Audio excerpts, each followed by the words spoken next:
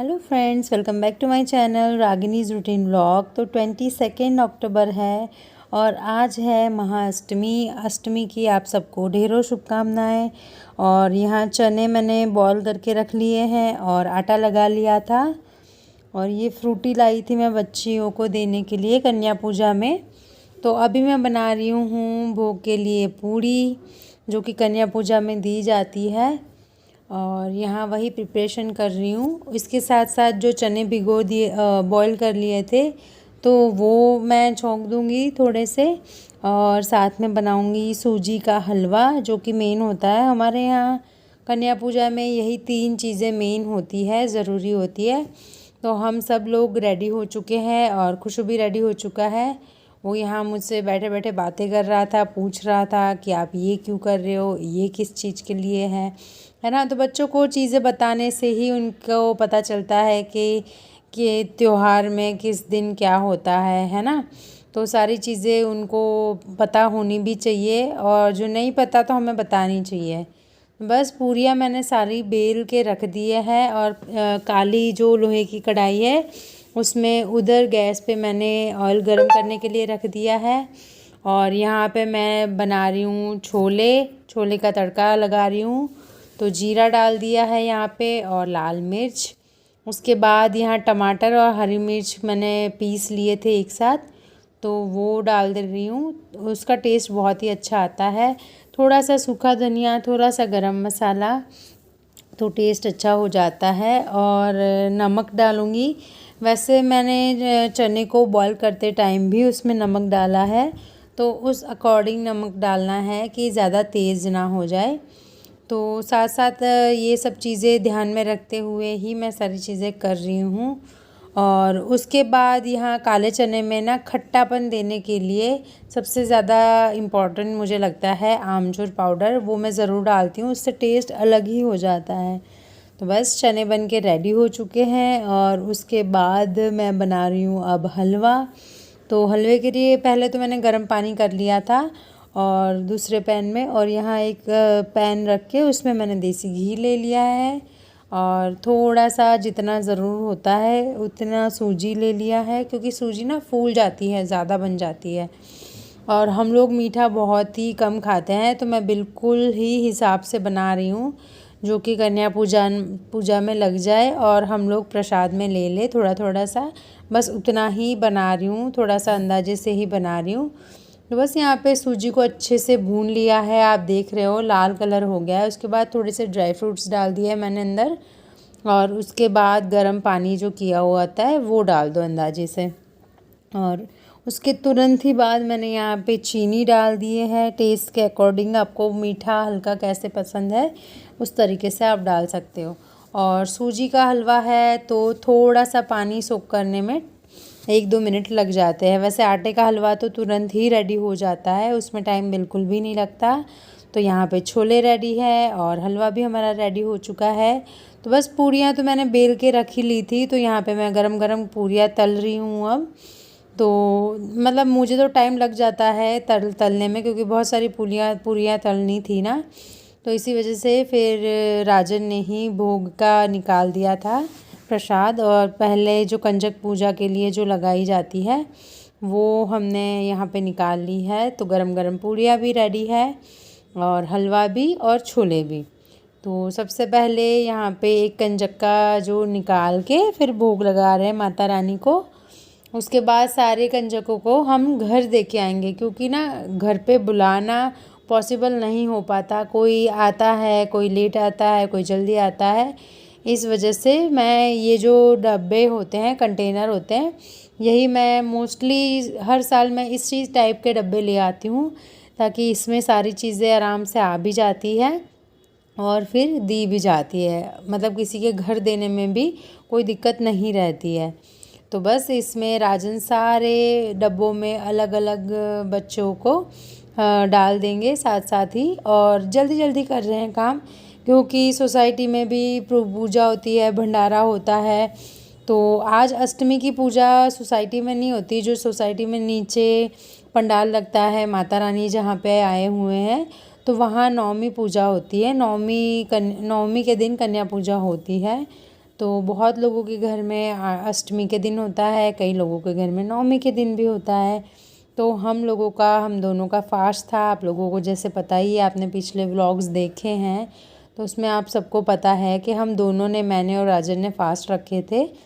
तो आज हमने दोनों ने पूजा करनी थी। तो हमारे फ्लोर पे ही 2-3 बच्चियां हैं जो उनको हम कंजक देते हैं, तो हम सबसे पहले उन्हीं को दे आए थे। और हमारे घर में भी जो मेरे जेठ की बेटी है दिवांशी, वो भी हमारी कन्या, मतलब हम उनको भी एक काउंट करते हैं, तो उनको तो बनता ही बनता है ना।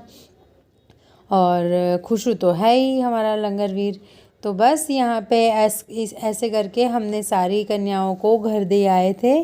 और हमने भी फिर उसी टाइम पे खाना खाना था। पर पहले ना माता रानी की आरती करनी थी, और आरती के बाद हमने जो स्थापना में रखा हुआ जो नारियल होता है, तो वो खोल के उनका भी प्रसाद लगाना होता है। तो बस यहाँ पे सारी मैंने कंजक जो डब्बियाँ थी वो अलग रख दी थी। और यहाँ पे अब हम लोग कर रहे हैं आरती। तो आज ना मंदिर में बहुत ही अलग सी एक वाइब्स थी, बहुत ही पॉजिटिव सा लग रहा था। खुशू को भी बहुत मज़ा आया। तो यहाँ पे हमने माता रानी की आरती की है, पूजा की है, भोग लगा ही लिया है हमने। तो बहुत ही अच्छे से मज़ा आया है आज हमें। वैसे तो मैंने सोचा था कि ज़्यादा कुछ नहीं होगा, पर आगे आपको व्लॉग में देखने को मिलेगा कि शाम को हम कहाँ जा रहे हैं, क्योंकि पास में ही जहाँ मेला लगा था तो हम वहाँ पे भी सोच रहे थे जाने के लिए। तो बस यहाँ पे हम आरती कर रहे हैं। खुशू को भी मज़ा आ रहा था बहुत ही ज़्यादा। और उसके बाद सारे जगह पे ना राजन खुद जाके दे आए थे, क्योंकि दोपहर के टाइम पे, भंडारे के टाइम पे राजन को नीचे सेवा करने भी जाना था। तो उसी टाइम पे ये जाके सबके घर जाके कन्या दे आए थे, कन्या पूजा कराए थे। तो साथ साथ ना हमने इस बार फ्रूटी मंगा ली थी, ताकि फ्रूटी मतलब बच्चों को अच्छा भी लगता है और फ्रूट भी माना जाता है। तो इसी वजह से हमने इस बार वही ले लिया था और वही बांट दिया था। तो बस यहाँ पे हमारी हो चुकी है आरती, और आप सब भी दर्शन कर लीजिए माता रानी का।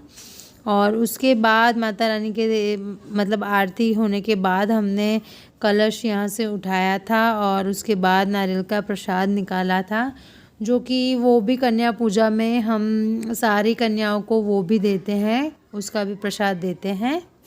तो हमारी पूजा हो चुकी है, और कंजक के लिए हमने इसमें डाल दिया है जो देते हैं ना कंजक के लिए। तो एक्चुअली यहाँ पे बुलाते हैं, पर ऐसा होता है ना, एक आ रहा है एक जा रहा है, तो उसी वजह से हम घर पे ही दे आते हैं। और पंडाल में नवमी पूजी जाती है, मतलब कन्या पूजा कल होगी पंडाल में नीचे, तो वो भी आप सबके साथ शेयर करूँगी।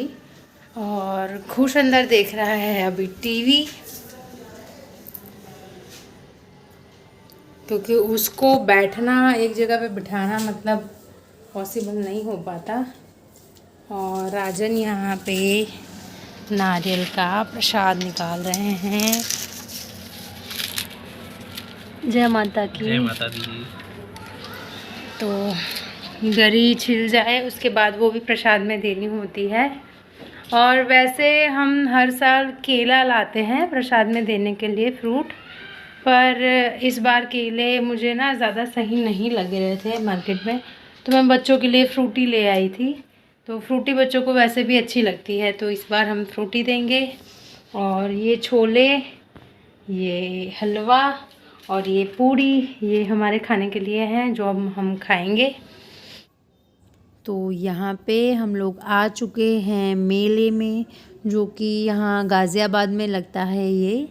तो पहले तो हमें कभी पता नहीं था, मतलब 1-2 बार सुना हुआ है, पर कभी हम लोग आए नहीं थे यहाँ पे। हमें नहीं पता था कि इतना बड़ा मेला लगता है यहाँ पे। और कवि नगर में लगता है ये, जो गाज़ियाबाद में पड़ता है यूपी में। तो बहुत ही बड़ा मेला लगता है यहाँ पे। खुशू की फ्रेंड भी साथ में आई है, तो ये लोग जा रहे हैं, खुशू और उसकी फ्रेंड। मतलब फ़र्स्ट टाइम हमने अकेले बच्चों को झूले में बिठाया है। छोटे छोटे झूले में ही बैठे हैं, पर उनको बहुत मज़ा आया था। तो खुशू को, मतलब मुझे तो बहुत ही ज़्यादा डर लग रहा था कि कैसे मैनेज कर पाएंगे बच्चे, मतलब छोटे हैं ना, अभी इतने बड़े भी नहीं हैं, पर वैसे हमने बच्चों के झूलों में ही बिठाया है। ये मतलब झूले बड़े लगते हैं और मैंने जिस स्पीड में रखा है वीडियो को तो ऐसा लगता है कि बहुत ही ज़्यादा फास्ट हो रहा है, पर नहीं, बहुत ही स्लो थे और मज़े आए थे बच्चों को, इसी वजह से उनको अच्छे से संभाल के बिठाया था और उन लोगों ने बहुत ही ज़्यादा एंजॉय किया है बच्चों ने। और जब बच्चे छोटी छोटी चीज़ों में ऐसे एंजॉय करने लगे ना तो हमें भी अच्छा लगता है, हमारा भी मन मतलब खुश होता है। तो बस यहाँ पे हम मेला एंजॉय कर रहे हैं।